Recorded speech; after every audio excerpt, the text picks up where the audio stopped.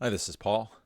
No group got slammed harder during the years of the Trump presidency than moderate evangelicals, especially someone like Russell Moore, who in his newsletter just wrote a rather touching piece about the Gallup poll, noting that less than half of Americans are now members of a church. Hi, this is Paul. There's a group that politically lost a ton of status during the Trump presidency. It's probably moderate evangelicals who didn't want to get on the Trump bandwagon, and the left saw them as insufficiently. They basically saw them as hypocrites, and in many ways, this group was really spent the last 4 years in the wilderness. Well, on one of my listservs today, someone posted this newsletter from Russell Moore, and I found it to be a good newsletter, and I'll read some or all of it. Almost everyone in the world of American religion has spent the last couple of weeks thinking about the Gallup, thinking through what Gallup just revealed, that for the first time they've been surveying the topic. Less than half of the country belongs to a church of any kind. My first thought was grief. What came after that was a strange sort of almost survivor's guilt. When I was 15 years old, I considered suicide, and it was because I didn't want to lose my religion. As I've written about elsewhere, I went through a prolonged spiritual crisis where, because of what I was seeing all around me in Bible Belt Christianity, not only were televangelist scandals all over the news, but also I knew that this wasn't half of it. Just as those political journalists have long known how to interpret Senator Smith has decided to spend more time with his family, I knew how to interpret the Lord has called Brother Jones from the pastorate into itinerant evangelism. I knew of Christian people who were beating their children for listening to secular music. I knew of Christian people who denounced the vulgarity of the culture while seething with racism. I heard prediction after prediction tying current events to biblical prophecy that was all just about to happen. But nobody ever said, remember when I said Gog and Magog of the Bible was the Soviet Union? I was wrong about that. Or Mikhail Gorbachev, I told you was probably the Antichrist, but my bad. Now that I'm also using these supermarket scanners, maybe they're not the mark of the beast after all. And, I'm probably about the same age as Russell Moore, so listening to this, even though I really didn't grow up in Bible Belt Christianity, it was all just there. And this was even more the case with politics. Even as a teenager, I could see that the voting guides that showed up in Bible Belt America were kind of like horoscopes one could find in the newspaper. The horoscope would say, today you will find a surprising new opportunity.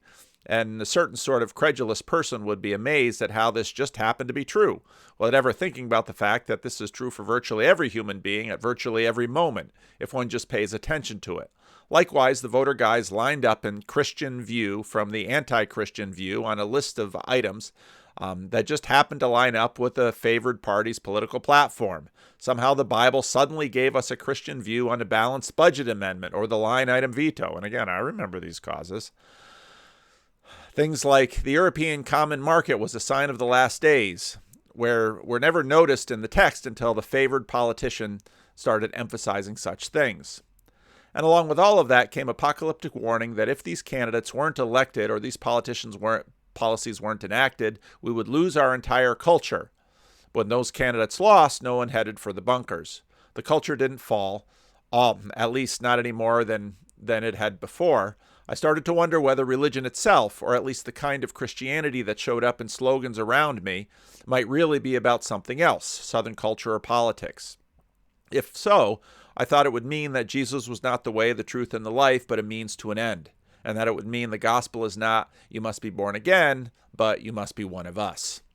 All of this was terrifying to me because I really believe that Jesus was the Son of the living God. I really believe that Jesus loved me, for the Bible told me so. And if the gospel I had been given was really about finding ways to get voters back to party bosses or fund prostitutes and cocaine for some preachers on TV, then that would mean more than just an adolescent cynical awakening. It would mean that the universe was a random, meaningless void, red in tooth and claw. It would mean that the preacher who beat his daughter for dancing wasn't an aberration, but was instead the way the cosmos is, right down to the core, and that was a horrible thought. Obviously, since this isn't a horoscope coming to you far beyond the grave, I came through this teenage crisis, and obviously, since I'm an evangelical Christian, I came through it with my faith not just intact but deepened. That's due ultimately, of course, to the grace of God, but in terms of secondary causes, it's true to the fact that I found a copy of C.S. Lewis's Mere Christianity on the bookstore shelf, and having read it to the point of memorization, The Chronicles of Narnia, as a child, I recognized the name. It's due to the fact that after listening to Christian music led me to a Christian bookstore where I found, amidst all the kitsch, a copy of Christianity Today magazine where I found columns by Philip Yancey and J.I. Packer and John Stott and Chuck Colson. These people seem to take the reader seriously as someone who could think. Now think about that with respect to the Jordan Peterson stuff, and that's true. I remember these authors too. I mean, Philip Yancey was an extremely popular author. John Stott, Chuck Colson. But what I recognized as the fruit of the Spirit, peace, joy, love, kindness, gentleness, self-control, etc., there seemed to be something that bore witness to a Jesus who was not a means to an end, but who was the Alpha and Omega of everything. But my 15-year-old self haunts me. I know that the reason I went looking for C.S. Lewis and the others is because I had been taught the Bible in a good, loving church. I had seen genuine love and community and authenticity there, week by week in Sunday school and in training union and worship services and vacation Bible school, to know that it could exist and what it would look like when I found it. I wonder what would have happened to 15-year-old Russell Moore had I been born in 2001 instead of 1971. Well, I guess he is a little younger than I am. Would things I saw have even prompted a crisis at all? Or would I have just walked away altogether? Would I have ended up as the sort of atheist or agnostic or deconstructing evangelical that I find myself counseling almost every day now? But I think about that literally every day now, and maybe more this week. Back to the Gallup poll. And it talks about numbers of Americans. In recent years, even some of those less apocalyptic about the prospects of evangelical Christianity because of the growth of the global South and because of the cyclical nature of revivals and awakenings have grown more foreboding about the prospects of evangelical Christianity in the 21st century. Referring to the nones, those claiming no religious affiliation, sociologist Philip Jenkins contends the future of the USA is none. Indeed, the most reliable studies available show us that as little as 8% of white millennials identify as evangelicals, as compared to 26% of senior adults. That's a huge difference. With Generation Z, the numbers are even more jarring, with 34% identifying as religiously unaffiliated, and that number is growing. What's more, the culture war narrative of this secularization is increasingly demonstrated to be false, at least in the way presented by and to American evangelicals over the last 50 years. Some of the disaffiliation, to be sure, is due to liberalizing cultural norms, decreasing fertility, and increasing mobility. But the evidence is mounting that a significant amount of secularization is accelerated and driven not by the secular culture, but by evangelicalism itself. Many of us have observed anecdotally a hemorrhaging of younger evangelicals from church and institutions in recent years. What seems different about this quiet exodus is that the departures are heightened not among the peripheries of the church, those nominal or cultural Christians who grow up to rebel against their parents' belief, but instead those who are most committed to what they were previously thought to be the hardest aspects of Christian religion in modernity: belief in the supernatural, the rigorous demands of discipleship, a longing for community and accountability in a multi-generational church with ancient roots and transcendent authority. When a de-churched, to use an anachronistic term, evangelical, to use another, in the early 1920s was likely to have walked away due to the fact that she found the virgin birth of the bodily resurrection to be outdated, see my video about Pope Joe, and superstitious, or because she found moral libertinism to be more attractive than the outmoded strict moral code of his past, or because she wanted to escape the stifling bounds of home church for an autonomous individualism, now we see a markedly different and jarring model of disillusioned evangelical. We now see young evangelicals walking away from evangelicalism not because they do not believe what the church teaches, so I would kind of argue with that, but because they believe the church itself does not believe that what the church teaches, and I think he's right on that point. The presenting issue is that secularization is not scientism and hedonism, but disillusionment and cynicism. Many have pointed to the compelling data from Robert Putnam and David Campbell and countless other sociologists, political scientists, and demographers, showing that the polarization of American religion is a key driver of people away from religious affiliation. Some would point to the fact that most of those leaving would identify politically as somewhere from progressive somewhere from moderate to progressive, to suggest that such people are better off outside the church in the first place. Let's assume for the sake of argument that such is true. Which comes first here, the demand to line up politically in order to follow Jesus, or the decision to reject the politics of those making such demands? Moreover, it seems to me that the controversy is not actually even over the specific political planks or ideas or personalities, as the fact that many have come to believe that the religion itself is a vehicle for the politics and the cultural grievances, and not the other way around. Now, I think that actually swings both ways, because that's certainly true of the pushback against, let's say, wokeism. And I think he makes some points here, but I think you really have to go a little bit deeper. Most of the people that I talk to and that we talk to, there's a fundamental crisis that I think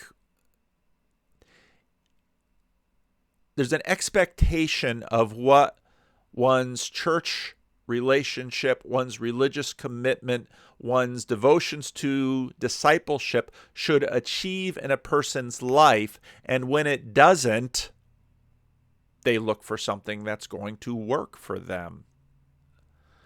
And that is also on the bigger canvas of the country. And we're going to get to some of those issues a little bit later in this video. It's not difficult to see why. I watched 20 years ago as people suggested that those waving away a president's sexual behavior as irrelevant to his public office were the result of liberal forms of Baptist theology, and then they lived long enough to watch the same people suggest those who did not wave away such behavior from another president might not be real Christians.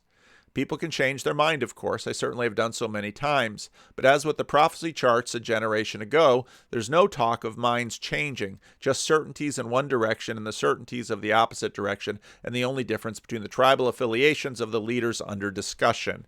Now, of course, he's talking about Bill Clinton and Donald Trump. And, this article, I'm still not totally used to this article, Does It Matter, in post-Calvin, really hit that. And as he said, many of these people are deep into that. They are not sort of the people on the fringe that don't go to church much or sort of have other signs in their life of nominality. They are the people that, let's say, in my generation, when I went to college in the early 80s, these are the people that would have been going to Bible study. These are the people that would have been leading Bible studies. These are the people that would have been going to chapel. And so there's quite a big transformation and change going on in this.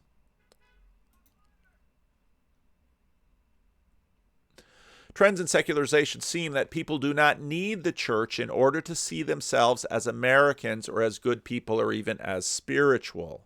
And I think that's a really important sentence, because one of my issues with Jesus and John Wayne, and I haven't yet done a full review of that book, is that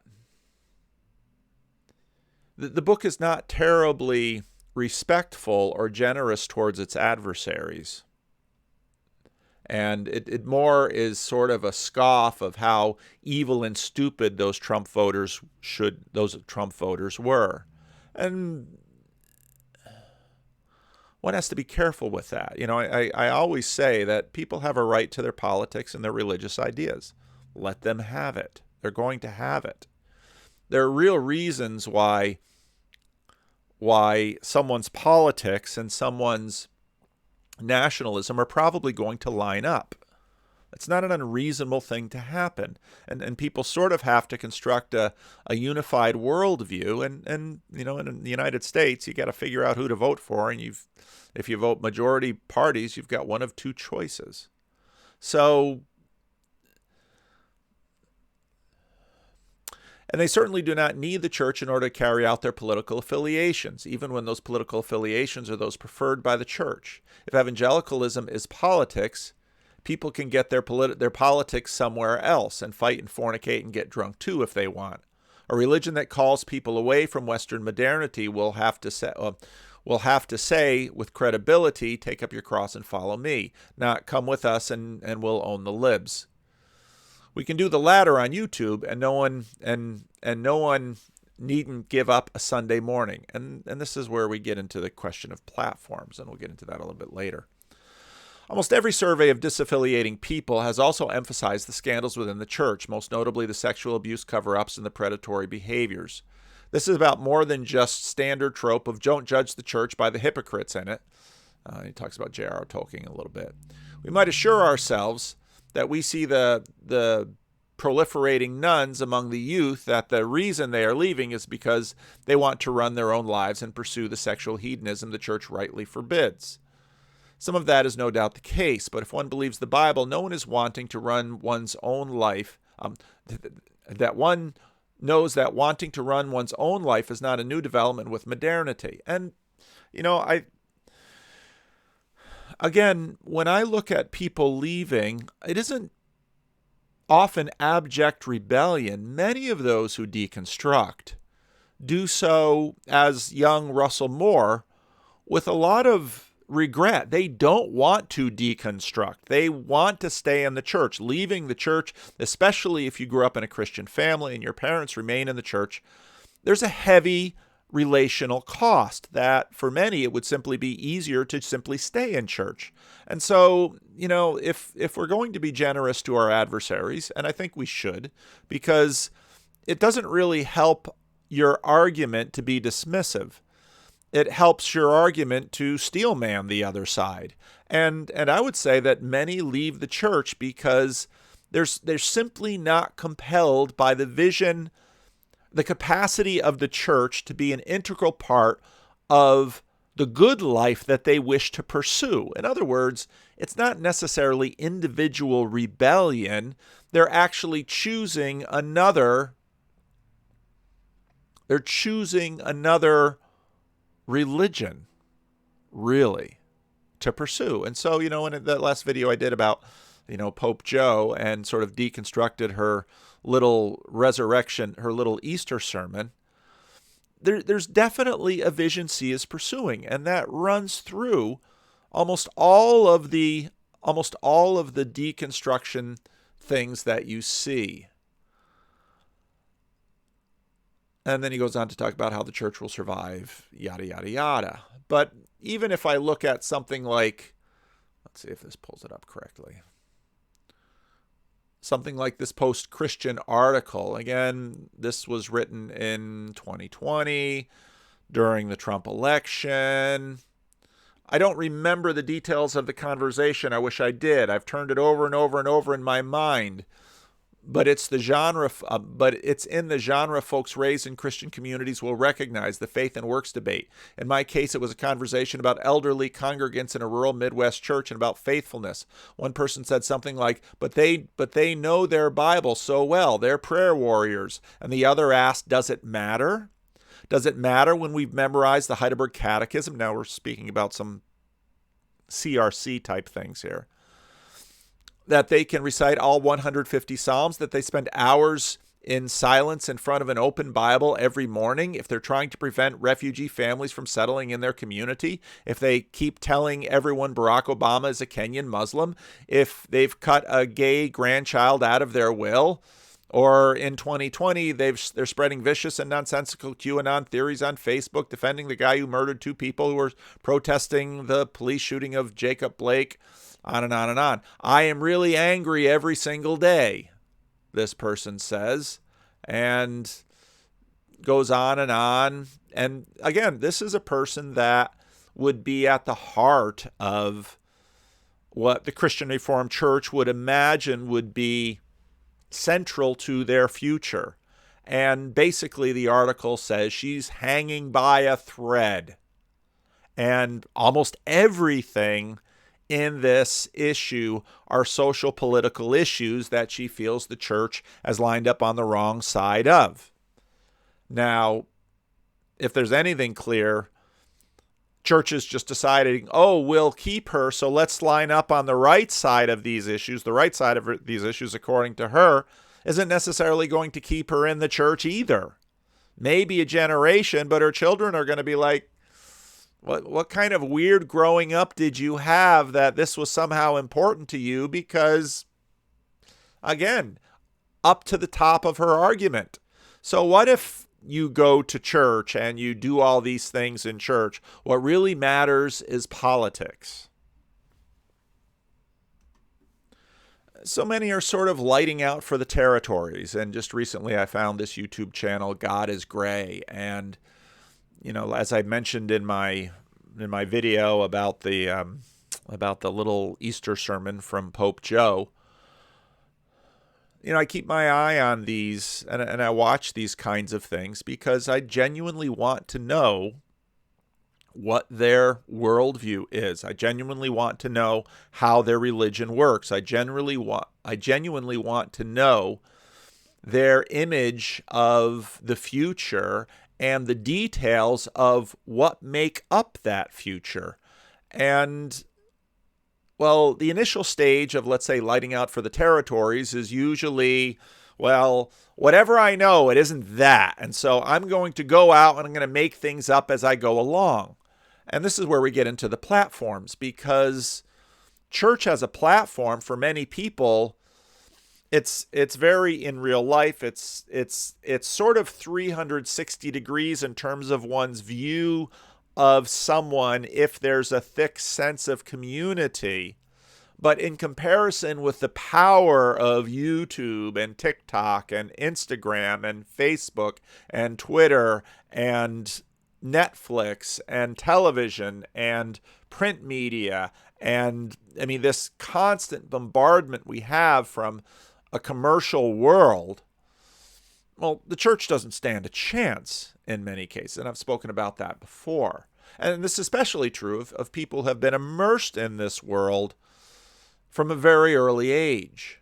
You know, those who watch my channel, and I think about this often, have seen more hours of me a week than you see your pastor or your priest, if you have one. Is that a good thing? I don't know. Is it? And, you know, I'm often not sure how I feel about that. But it's just true because, you know, it's hardly right for me to point a finger at God is Gray when I'm sort of running the same shtick, aren't I? And this gets into a video that I never really finally pulled off, but I want to treat here because a big part of the church's sex crisis isn't really about sex at all. And I don't necessarily agree with Russell Moore that, you know, the church doesn't believe it. The church doesn't live it. And again, that came through so clearly in Jordan Peterson's conversation with Jonathan Pageau. And, you know, Christianity wants to bear witness to the fullness of life, but the inability to live its own sexual ethic up and down the hierarchy causes deep dissonance and I think provokes deconstruction. And 15-year-old Russell Moore wrestled with that, and people wrestle with it now. But again, I don't think it's just simply that there are hypocrites in the church. It's that one would imagine if you have the truth, then why would you go for these other things? Why would you be tempted by all of the things that people are tempted with? And so I think especially in American evangelicalism that attempted to compete with the commercial idealized life machine that is just enormously amplified now by Instagram and TikTok and YouTube and Facebook and all of this. The church tries to bill itself as, well, you're going to find the fullness of life here. And especially in the days of the seeker church, you would see a lot of that. I mean, if there was any moniker that seeker churches would use, it would be, you know, come here and you'll find life and life abundant. And I remember in the 80s when I was an elder at Madison Square in Grand Rapids, a young man started coming to church, and I was an elder, and So then he came before the council to join the church, and you get to know the guy, and he was about my age, maybe a few years older. And so I asked him, why did you join the church? He said, because I'd drive by here on Sunday and I'd look over here and everybody leaving church looked happy. And so I decided I wanted to be happy, and so I decided to join the church. Well, guess what? Didn't last. Surprise, surprise. Church didn't make him happy. It wasn't a happy pill. So I don't know that these crises necessarily are just about hypocrisy. It goes much, much deeper than that. It's a fundamental skepticism as to whether church or Christianity can actually make good on the promises it even implicitly creates. Now, having said that, let's be equally critical to our new platforms. As many have noted, with Facebook and Instagram and YouTube, you become the product. We're all influencers. We're selling ourselves. And, the more you can like and subscribe, the more you can run up your YouTube channel. The more money that you can bring in, the more merch you can sell, the more ads that, Google will be able to sell on your channel. And again, I'm participating in the same thing. But social media, one of Jonathan Peugeot's comments, here on YouTube, I'm a being of light. Social media presents beings of light. And so, you watch God is Gray, and she was a model. And so she's, very physically attractive, and she's clever. And so it used to be that these were, you look at, again, women's magazines in the news, in the grocery store checkout aisle. Now I'm dating myself. Why do women's magazines always have pictures of beautiful women on the cover? You would think, well, that would be for men's magazines. And then there's, a few men's magazines like Men's Health that have pictures of men on the cover. And why? Because what are we doing? We're looking at this image and wanting to participate in that image. And so these are the platforms. These are our guides. It's a fabricated image to selectively project a particular vision of a preferred participatory reality and future. It's deeply religious. It's deeply religious. And like I said, these platforms very much compete with the church. And churches, of course, have gotten into the act, and churches have all sorts of, just look at how seeker churches sold themselves in the 90s, the 80s, 90s, and aughts. Do you want life abundant? Come here. And well, Instagram and Procter & Gamble and YouTube, it's all the same business. It's an easier sell. It's an easier seduction, and it's an easier con. It's very difficult for in real life relationships to compete with this. And, people often say things like, well, Paul, if I lived in Sacramento, I'd go to your church. And I think, odds are no. Because in real life, I'm here in this little corner of my office, but the rest of my office is a mess. And, whatever we're doing in this quirky little church probably wouldn't suit you. And, well, if I went to Living Stones, me and Paul would be best friends. Well, maybe, maybe not. I can't tell. I don't know. But on YouTube, here I am, face to face, eyeball to eyeball. Here we are. It's an easy sell. It's an easy seduction. It's an easy con. But in real life is messy. And so now we've got far more stars to navigate our life by. Now, part of the reason I keep an eye on these outlets is because I think it's a natural evolutionary development that propositional statements, almost religious confessions, will emerge. Because, everybody's talking in the moment, everybody's responding, everybody's projecting, everybody's doing all these things. At some point, there's the desire to systematize it. Why? Because when it becomes propositional, when it becomes out there, when you have a list of rules, when you have all of these things, now suddenly you can form community. And one of the things that much of this, it was so interesting watching some of those God is Gray, the God is Gray community. And it's like, we're, even just, it's been fascinating watching the evolution and development of the Bridges of Meaning Discord. And I think it's been a rather successful Discord, but there's a high turnover rate. There's some commenters, Anselman, who's been with us all along, and Vixen Dixon, and, some of you, Jacob Harris, some of you have been here the whole time, right from the start. And that's a cool thing. But there's churn in YouTube land, and there's churn in Discord, and there's churn in Instagram world, because at some point this crazy bearded dude becomes map territory, and there's all these patterns that Vanderklay is doing, and he always comes back to his own hobby horses, and it gets boring, and there's a new YouTuber out there to watch. And of course YouTube knows this, which is you got to keep the new things coming, because what they really care about is that you watch YouTube. That's what they care about. And so, in other words, I'm the product. YouTube is the platform.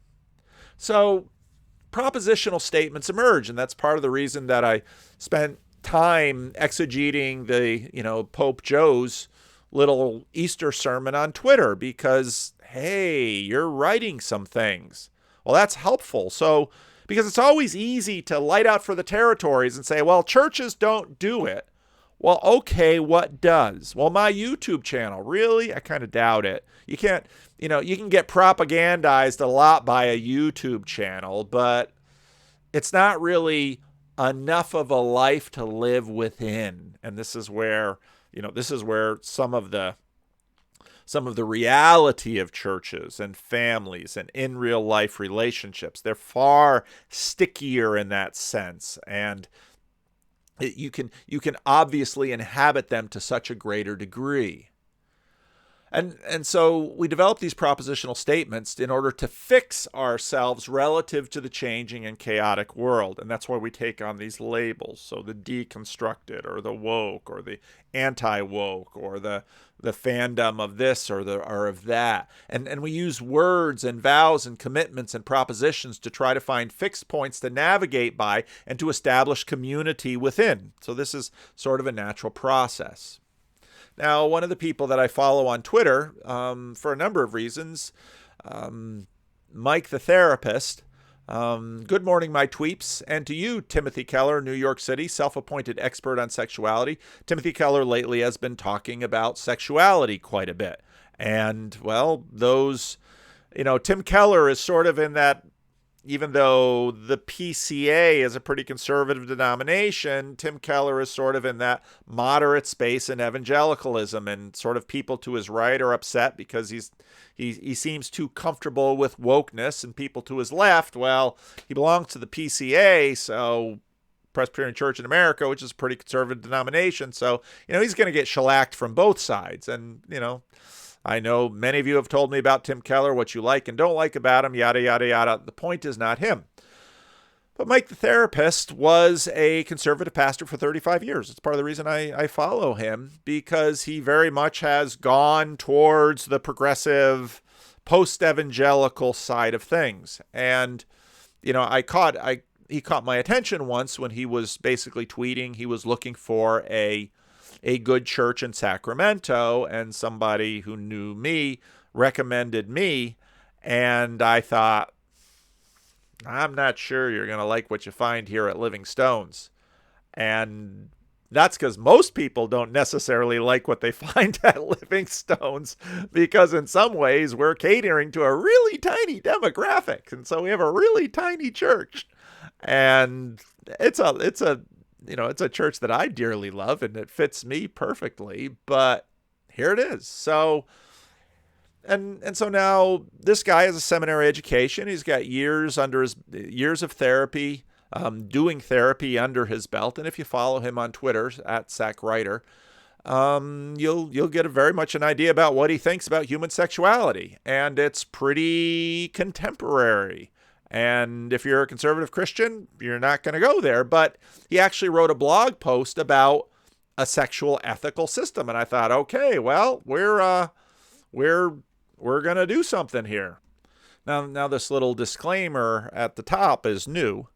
Update. So many people read the few paragraphs and assumed I'm building a case for polyamory. I'm not. This is because people aren't reading to see my key point, which is further on.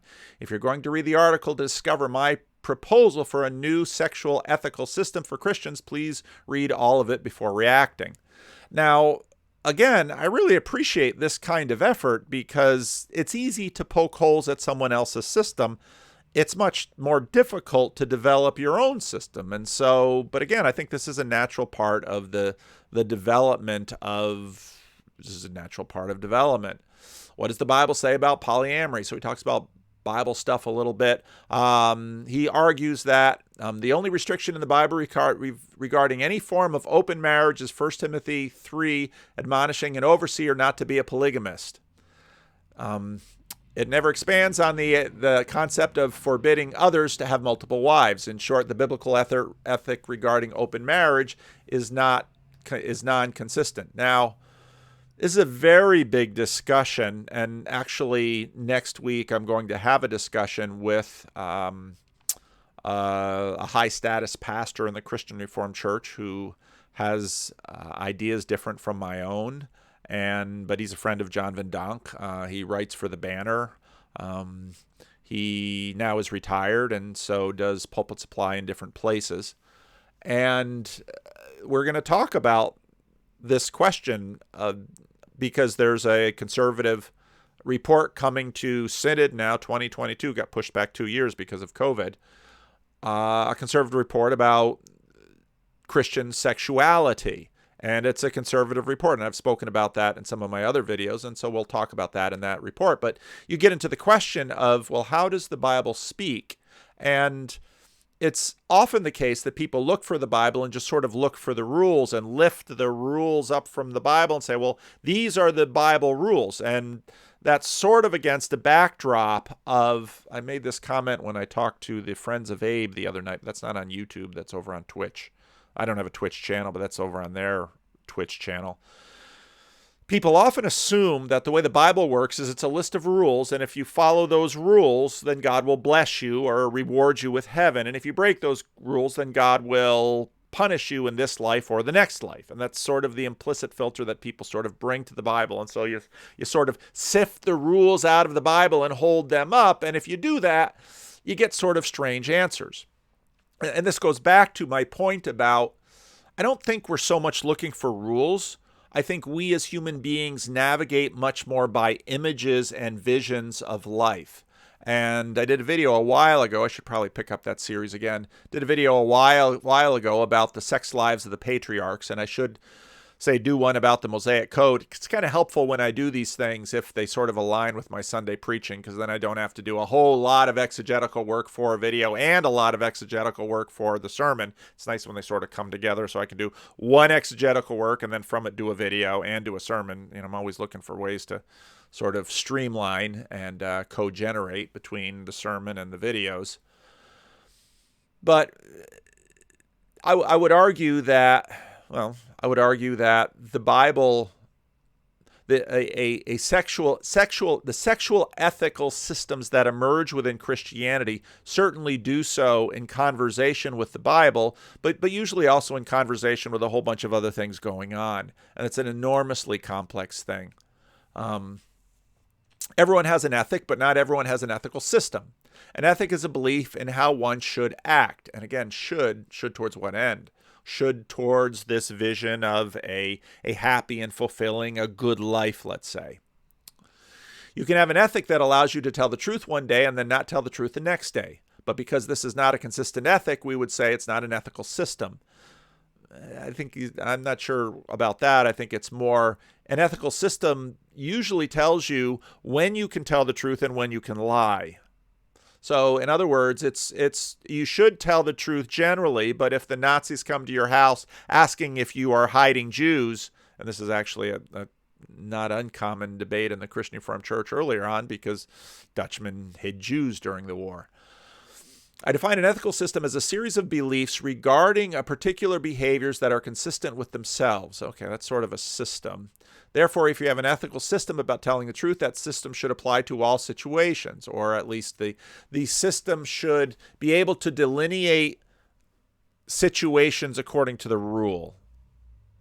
Let me give an example of a difference between an ethic and an ethical system. I might believe that it's wrong to kill. That's an ethic. I would not and do not kill anybody, but how widely do I apply the ethics? And I don't really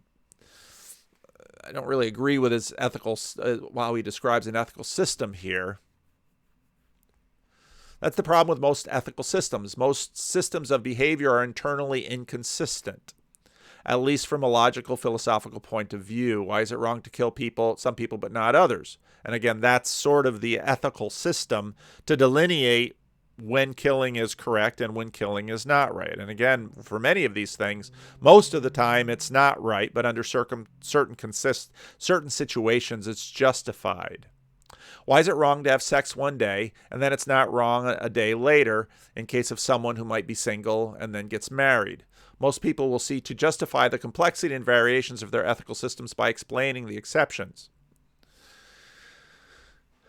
We will never be free from doing this. Not even those who believe in so-called biblical sexual ethic can I get away with it. Let me show you how this happens. The first paragraph, I noted the question of polyamory. The idea that all sex should be between one husband, male, and one wife, female, is the standard teaching of much of the church for much of the church's existence. That's right. And probably when I talk to these CRC preachers, again, it's easy to say this rule, and it's a very simple rule, which actually has a lot in its favor. This standard, now again, standards are often aspirational. People often fail them, and in the system you understand what to do with failure and how to approach them and so on and so forth. But one of the benefit of traditional Christian sexual ethic is that the rule itself is quite simple. That's a real benefit for the rule. And when I look at people who are trying to create other systems and now systematize it, I say, okay, now if you want to advocate for another rule, you're going to have to show me how that rule is superior, all right? And not just, well, the Christian sexual ethic is difficult. Yeah, I get that. The Christian sexual ethic is aspirational, and many people fail it. Yeah, we've already known that. But the Christian sexual ethic should be discarded. Okay, what is the new ethic? What is the new rule? Or are there going to be multiple rules? Well, let's see. There are many examples of prominent men in the Bible who married more than one woman. Yep, that's right. And in addition, several Bible characters had sex with sanctioned sex slaves. That's right. We talked about the sex lives of the patriarchs before. When David raped Bathsheba, that's an interesting use of the word there, because he can make a really good argument that Bathsheba was not, there was a power imbalance there, a pretty significant one, so that Bathsheba really couldn't say no. Maybe, we don't know that, so rape is a little strong, and had her husband killed. Yes, God sent prophet to confront David, and in that confrontation, this is what Nathan says. Then Nathan said to David, "You are that man. This is what the Lord your God of Israel says. I anointed you king over Israel and delivered you from the hands of Saul. I gave you your master's house to you and your master's wives into your arms. I gave you all Israel and Judah. And all of this had been too little, I would have given you more." In other words, David could have had more wives. And this is where you get into the complexity of ethics and biblical narrative. Because a lot of what the biblical narrative often does is, well, these things are permissible, but then it shows the consequence of them. In other words, if you say, well, the Bible just says, well, having multiple wives and, say marrying two sisters, which later the Mosaic Code prohibits, and then using slaves in order to get more children, which again happens in the case of Jacob and Leah and Rachel. The Bible is condoning this. No, it's not really condoning it, because the Bible also shows that there are negative consequences along these lines. And any reading of Jacob's family is that it's an unhappy family. And if you go back to James, my friend, when we were doing the generational handoff video, whose brother is a missionary in Africa, who noted that many times he has men come to him and they're just, polygamy is a curse. They took on more wives, and now none of these wives are happy. And yeah, if it's hard enough to keep one wife happy, two is way harder it's way more than double. So this is where you can't just sort of shake out the Bible and get a bunch of rules and paste them on the board and say, okay, these are the rules. It doesn't really work that way.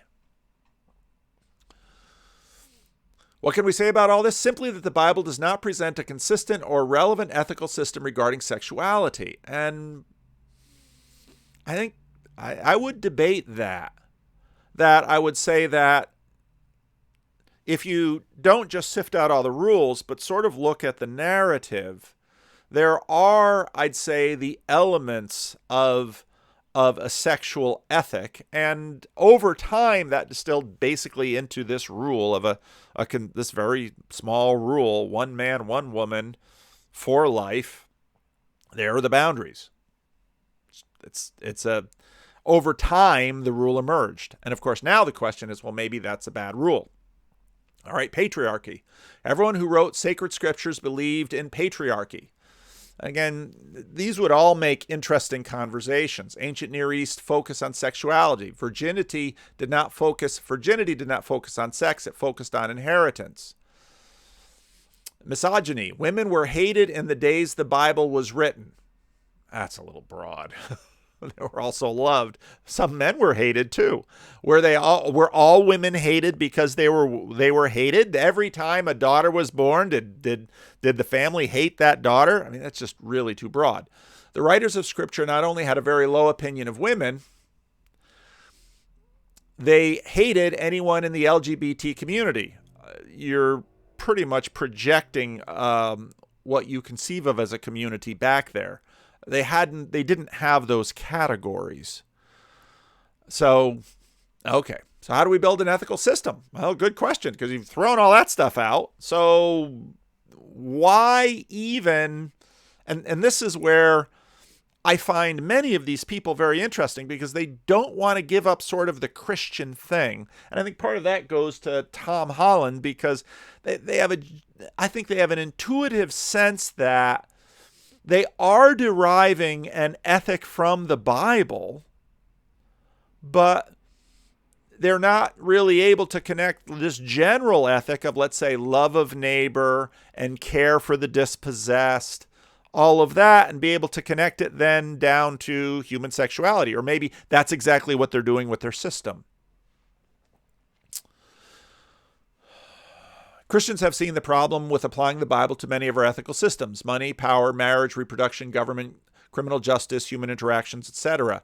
There have been many proposals through the centuries on how to build an ethical system which keeps some of the good teachings of the Bible, but does not lean too heavily on them. Okay, how are we judging what the good teachings of the Bible are? So in other words, we've got the Bible here, and then we've got this idea of goodness over here, and we're using that to critique the Bible. And at some point you might ask, well, why would you keep the Bible at all? You already have your idea of good. Now, again, Tom Holland will say, well, that kind of came from the Bible. And if you sort of lose the roots of it, you might lose the flower as well. But that sort of haunts this kind of project. One of the most profound attempts at this came from John Wesley. He spent years seeking to apply biblical truths to modern-day ethical problems. Mid-modernity. That was a little while ago now. His views on holiness required that our faith be lived out ethically and consistently. What's also interesting in these movements are that the roots in even different aspects of tradition still work their way through. The Anabaptists still look like Anabaptists. The Reformed still look like Reformed. The Wesleyans still look like Wesleyans. It's very interesting how this thing works. But he found that many in his day had widely differing views on what the Bible said about just any topic. So while keeping the Bible principles central, he added 3 sources of revelation in building an ethical system: tradition, experience, and logic. By tradition, he meant traditions of the faith community one finds themselves in. By experience, he meant the experience the experiences a Christian has, which line up with the Bible. And by logic, he's referring to the mind which has been enlightened by the Holy Spirit to grasp, deeper truths. Thus, even with these four sources of input to build an ethic, Wesley still saw all of them revolving around the Bible and biblical truths. And here's obviously something he means a lot of because he's got it in bold. I contend that this isn't going to work with sexual ethics. You can certainly hold if you like, but the church's history with strange teaching on sexuality and moral purity lead me in a slightly different direction. Okay, so a departure. Now again, let's be fair here. Churches have departed from things before. The New Testament departs from the practice of circumcision and from dietary practices. And again, I'm not saying this in the sense that you shake the Bible and you pick out the laws and you put them on your whiteboard, which is often, again, how people argue with these things. But circumcision was a fairly big deal. And, in the Protestant Reformation, there's a fairly big transition, too, in many of these cases. I think we can still have four sources of input for an ethical system, including the Bible, and here's how I fashion it. This is interesting. It's interesting that he keeps the Bible. And one might ask, how exactly?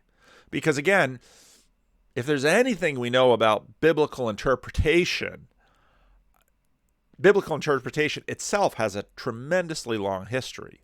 Polysemy, allegorical interpretation, symbolic interpretation now, Jonathan Peugeot stuff. But he wants to keep the Bible. Okay. So we can use the Bible as a source of ethics on sexuality if we strip away patriarchy, homophobia, misogyny, and virginity. Okay. Not sure why those, but okay. And again, I'm not trying to be critical here because what he's trying to do is very difficult. And unlike most people who are just sort of lighting out for the territory and making up stuff as they go, he's actually trying to systematize something, which again is an important step of development if you want to create a community and a community of understanding. So let's not be too critical if you don't agree with him, but it's fair also to weigh it. Tradition, in the sense that we rely on a trusted community of people whose practices of sexuality are consistent and respectful. So there's a couple more values, consistency and respect. And I think, again, it's consistency that drives us to try to develop an ethical system. We can certainly, we can use certain traditions we trust. Okay, why do we trust them? Experience. By this I mean collected experience of all humans, with regard to sexuality. In our day, we are much more refined as a society on what should and should not be allowed in sexual relationships. The Me Too movement did not start the discussion on sexual assault, consent, and misogyny. It certainly sought to apply emerging community standards worldwide to everyone. Okay. In many of the things we're dealing with here, pluralism is the big deal. This is another viability for a video, but the Critical Drinker had I thought, a really good video on why canon matters. And I might do a much fuller treatment on that video, but I highlighted it on Twitter this morning. Because when Critical Drinker not only sums up the state of Western religiosity as wrestling through canon, now in his case, canon in terms of Star Trek and Star Wars, but also a nice little explanation about much of the history of religion.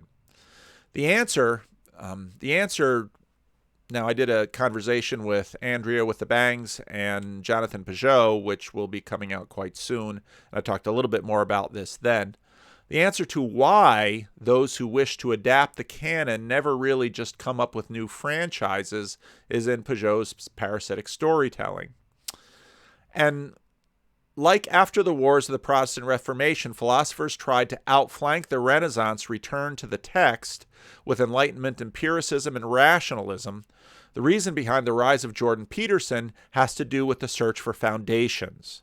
And so this attempt to come up with a new sexual ethic is very much a search for foundations.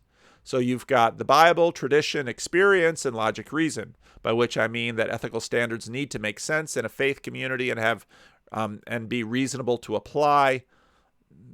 I think probably when you're talking rationality here, you're talking more consistency. If the faith community is one part, is a part of, if the faith community one is a part of does not apply logic or reason to sexual ethics, one might find it difficult a different faith community. Okay. It should be obvious that this opens the door to many different ethical systems regarding sexuality. I'm not sure how many there really are. And so, you know, one of the things that I think about with Peugeot's parasitic processing is, and especially with Jordan Peterson's work, you might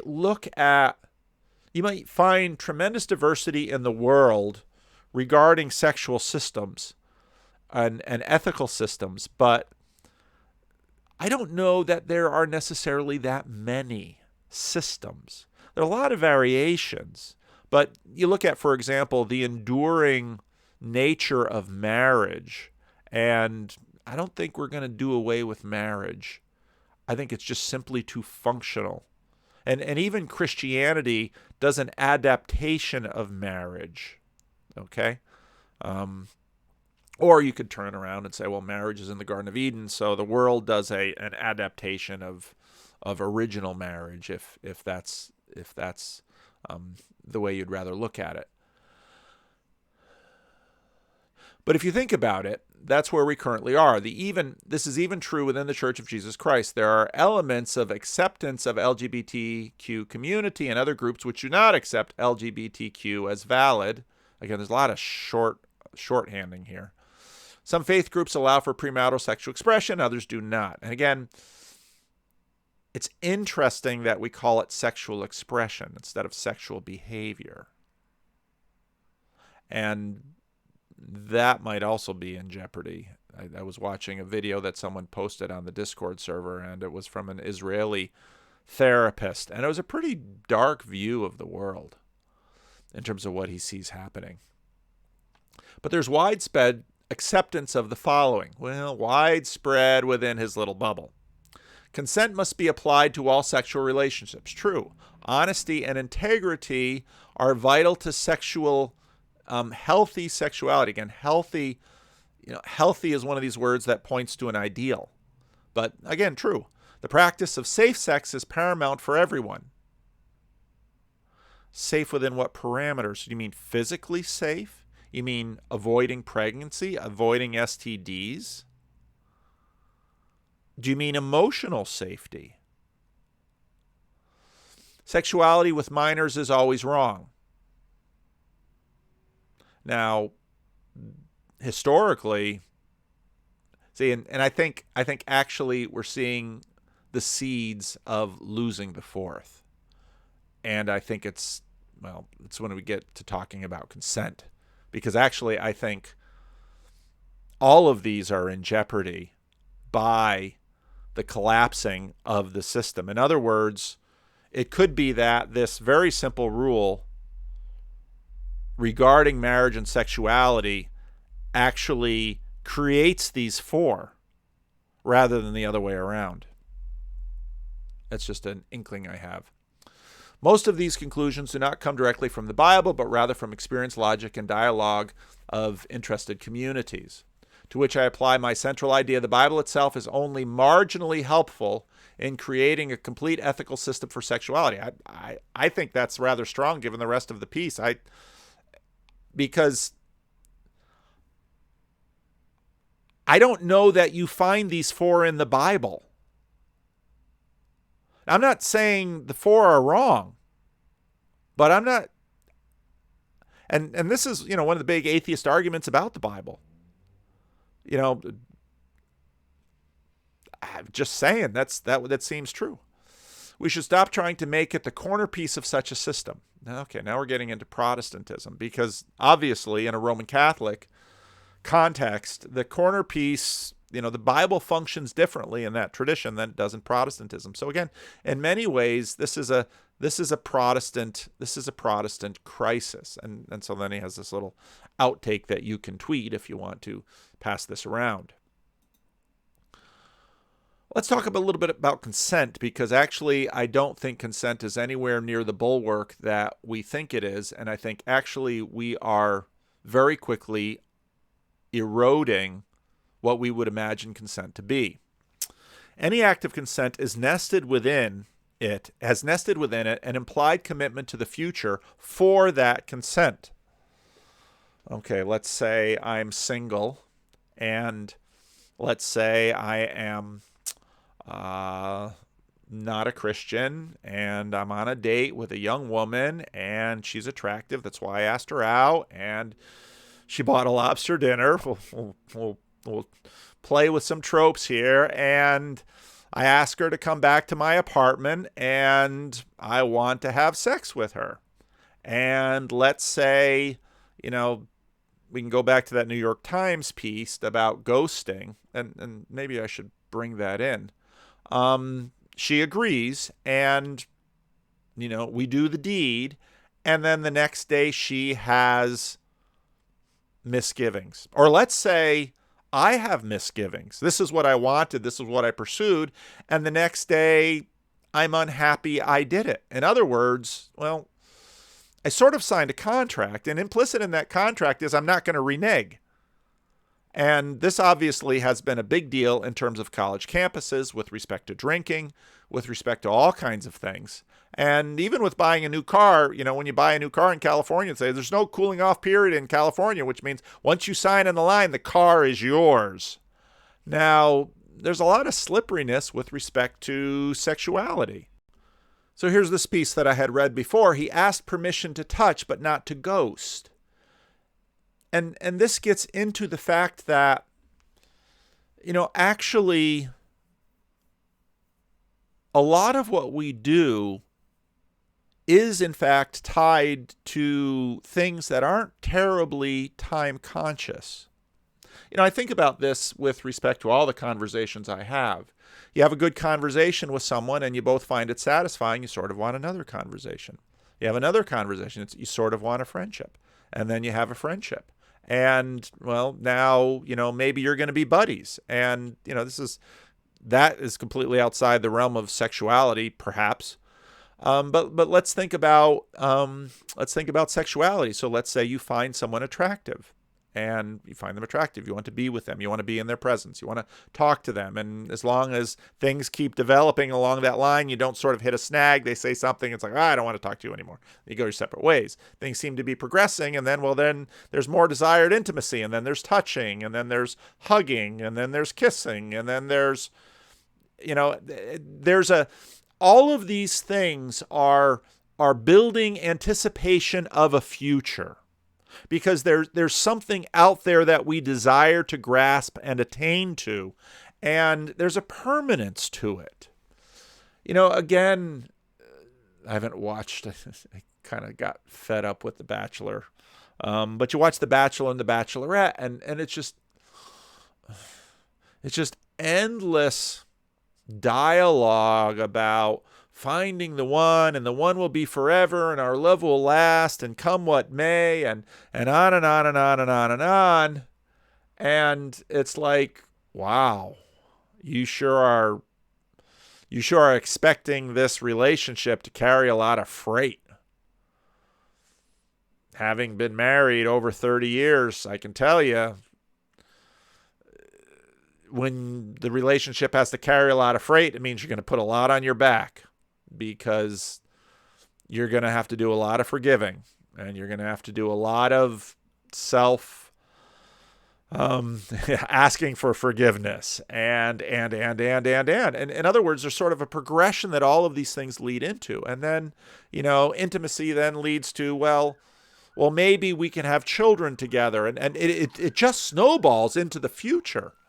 And a culture of consent, one argues, should be less about self-protection, more about genuine care for the other person. And again, she means more than just an emotional caring. Well, I care about you. Well, if you cared about me, you would have called. Okay. If you cared about me, you would have shared your money. Okay. If you cared about me, you would have given your time and attention. Okay. And there's almost no end to this. So there's a lot going on here. Consent is not just a little thing. There are layers of implied contracts in there, and part of the way it goes with human beings is that, well, I said yes then, but now I think that was a bad idea. Well, too bad for you. No, now I can. Are there legal ways? One of the things that came up with the college Title IX stuff was, men were getting, Title IX by the college, and basically then after some level of sexual contact, if they had any suspicion that the girl was having second thoughts, basically get to the Title IX office before they do.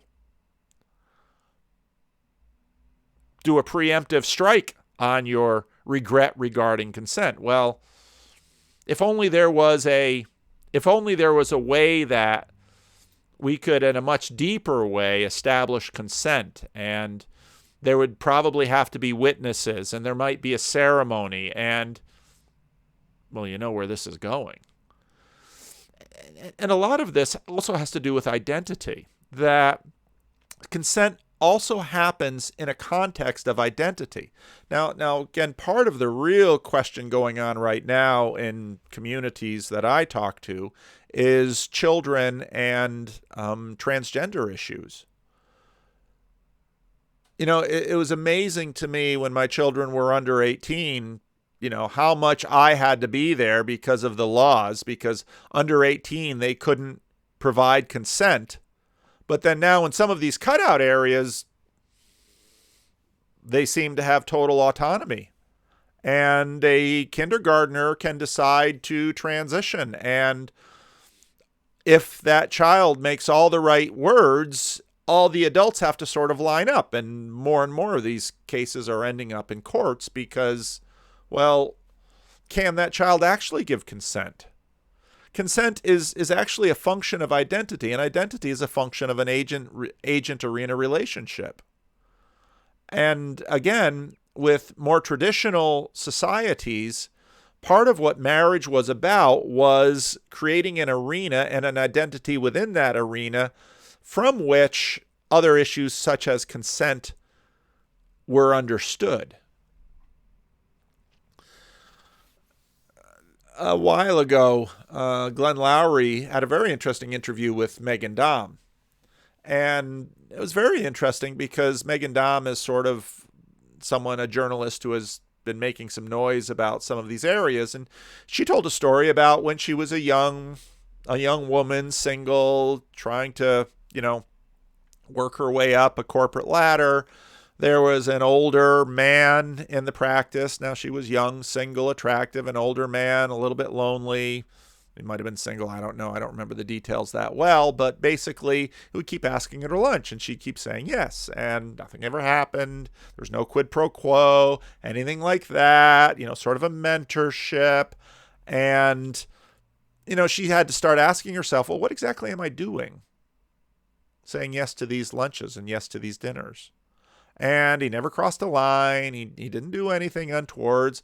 At some point, I think he might have asked her to his apartment or something like that, and she said no, and there was never any repercussions. Nothing like that ever happened, but she had to look at herself and say, now, why am I really going to dinner with this man?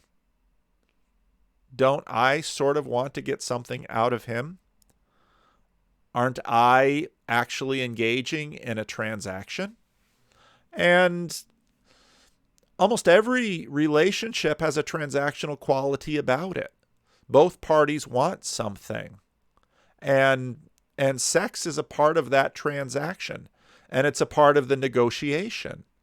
And so I don't know that consent is really going to be able to do all of the heavy lifting that people imagine it can do.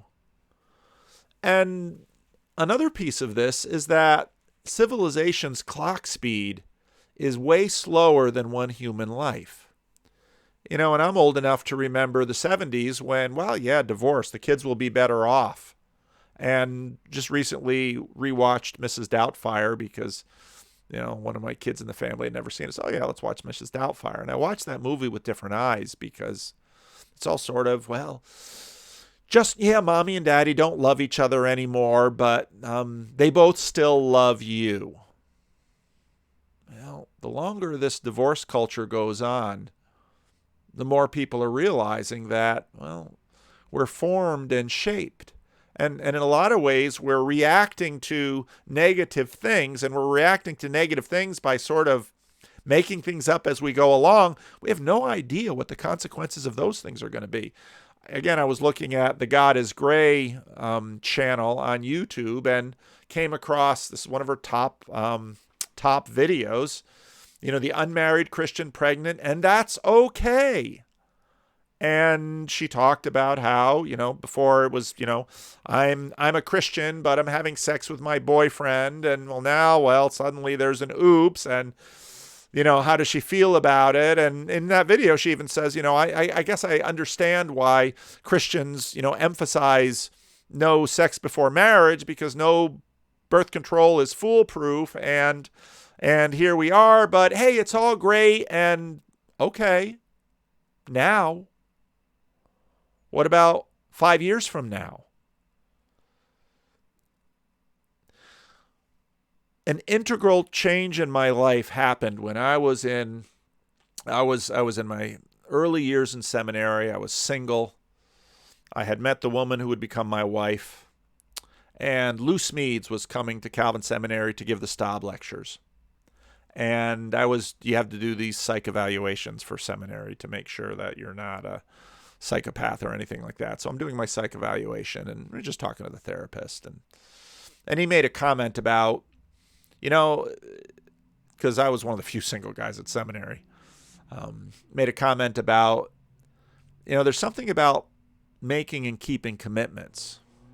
And actually, Lou Smedes' lectures given at the Staub lecture, and I still have the little pamphlet that made it out there, the copy of the lectures. But one of the things that Lou Smedes said is that when you make a commitment, you create a world. I'm going to put it in new language. This is one of the points that Peterson makes as well, because you intentionally limit your options. And I did a conversation recently that might come on the channel with a woman who,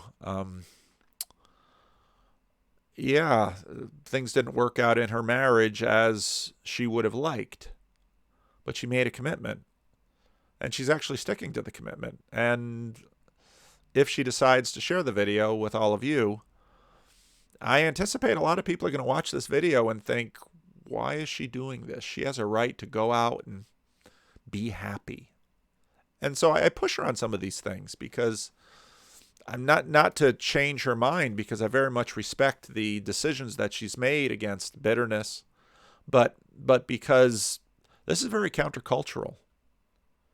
Because we sort of live in a time and place when we have so many options. We have it so good.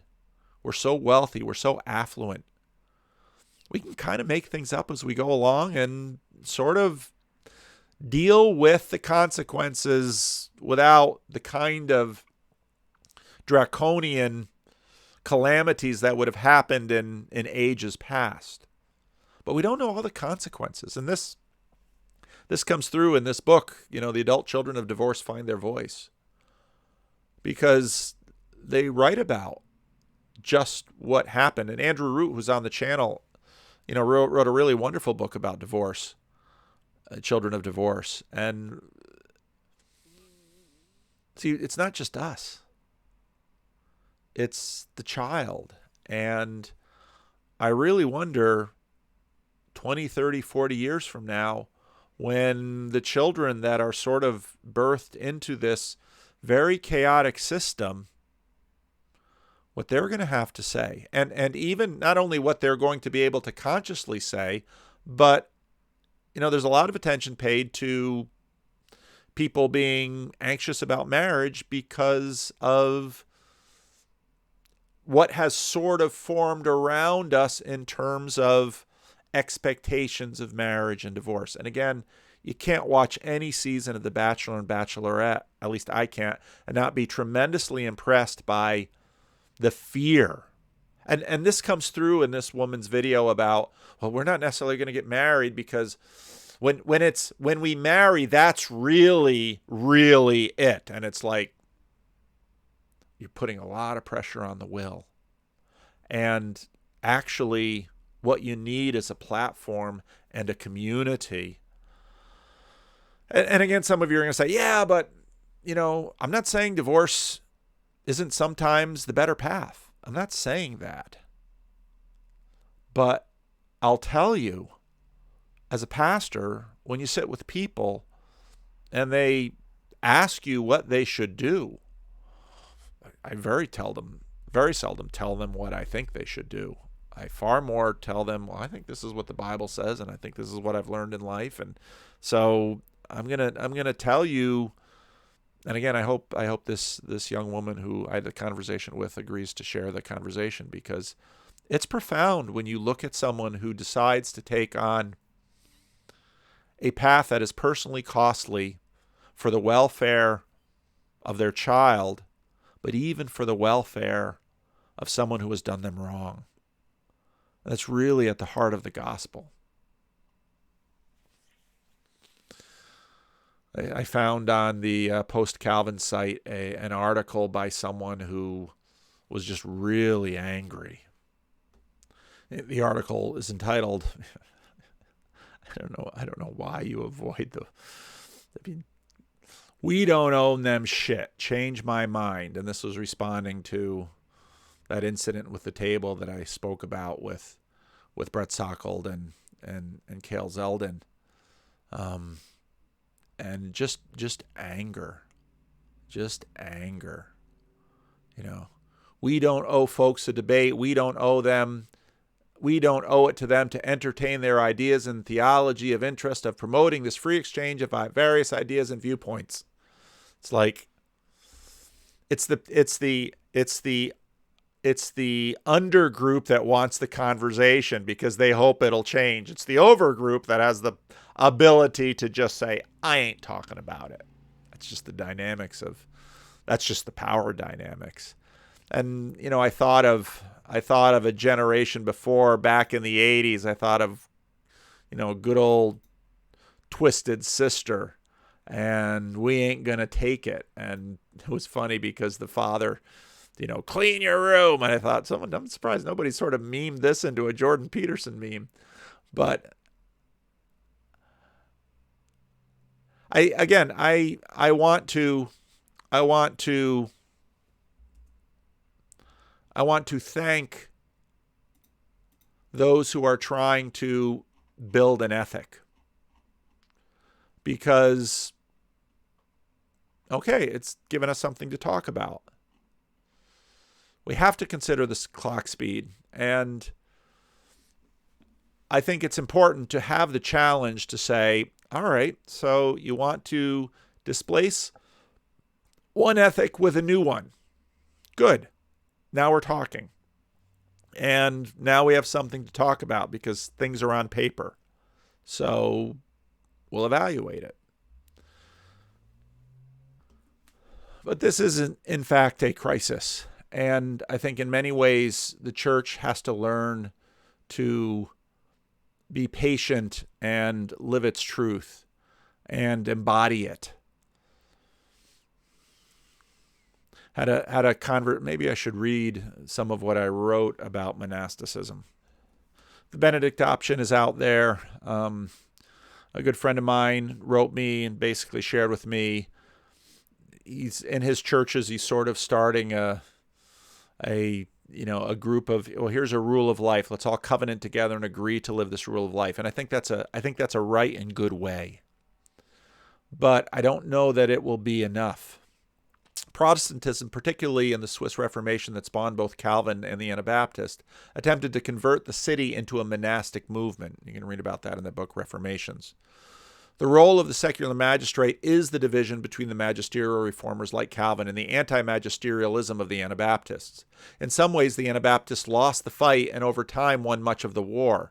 The West eventually adopted a more Anabaptist posture when the American experiment was tried, and that experiment pretty much won the West. Monasteries addressed the poor. Cities in the wake of the Swift Reformation took over deciding who were the deserving poor to help.